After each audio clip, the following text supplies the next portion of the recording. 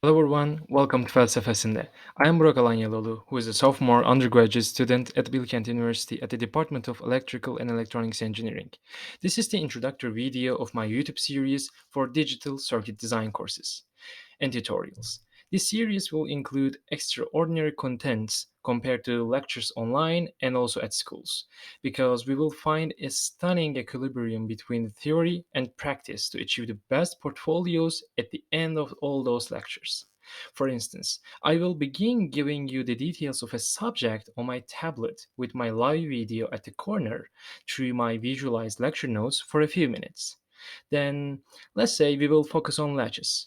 Of course, it's much more difficult to understand which problem we are solving by sketching diagrams only on a whiteboard.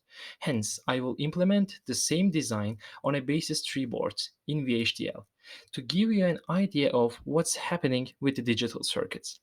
Then comes the exciting part. This time, no BASYS3.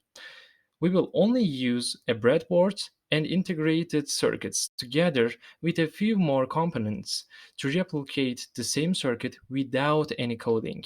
The ICs will do everything for us, and we will be able to use push buttons to observe the results on LEDs and also oscilloscope readings.